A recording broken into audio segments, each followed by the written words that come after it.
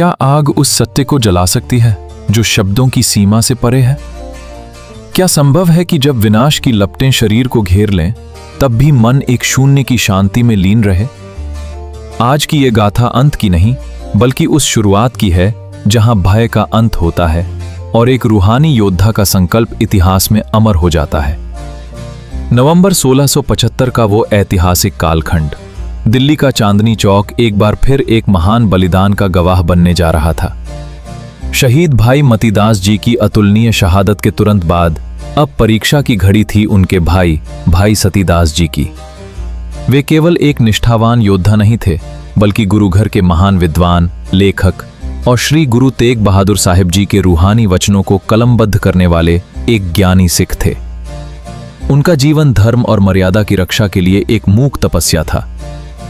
हुकूमत ने उनके सामने भी वही कठिन शर्त रखी, धर्म परिवर्तन या मौत। भाई सतीदास जी ने शांति से अपने गुरु की ओर देखा और अरदास की। उन्होंने सिद्ध किया कि उनका सिदक किसी बाहरी भय का मोहताज नहीं है। उन्हें रुई के ढेरों में पूरी तरह लपेट दिया गया। जैसे ही अग्नि प्रज्वलित हुई और भीषण लपटें उनके शरीर को छूने लगीं, वहां उपस्थित जनसमूह सन्न रह गया। चारों ओर खामोशी छा गई। कोई कराह नहीं, कोई चीख नहीं। भाई सतीदास जी शांत मुद्रा में वाहे गुरु के सिमरन में ऐसे लीन थे जैसे वे अग्नि की ज्वाला में नहीं बल्कि किसी शीतल सरोवर के किनारे एकाग्रता में बैठे हों। उन्होंने सिद्ध किया कि जब रूह उस परमात्मा के नूर में विलीन हो जाए तो भौतिक पीड़ा अपना अर्थ खो देती है। भाई सतीदास जी का बलिदान हमें एकाग्रता, अनासक्ति और आंतरिक शक्ति का वह पाठ पढ़ाता है जो सबसे कठिन परिस्थितियों में भी हमें टूटने नहीं देता।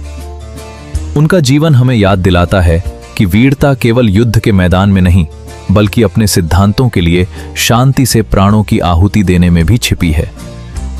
आज 2026 में हम छोटी सी आलोचना या मानसिक तनाव की आग में जलने लगते हैं। हमारा मन अशांत हो जाता है। भाई सतीदास जी हमें सिखाते हैं कि बाहरी परिस्थितियां कैसी भी हों, अपने भीतर की उस अखंड ज्योति और शांति को कभी मत खोने दो। वास्तविक इनर पीस तब मिलती है जब आपका मन बाहरी शोर से नहीं बल्कि आपके आंतरिक सत्य से संचालित होता है। जो अपने सिद्धांतों के लिए दृढ़ता से खड़ा हो सकता है वही दुनिया को सही रास्ता दिखा सकता है। कल संध्या 6 बजे फिर मिलेंगे एक और गुमनाम रूहानी शख्सियत की गाथा के साथ। मौन हो जाओ और अपने भीतर उस अखंड ज्योति को महसूस करो।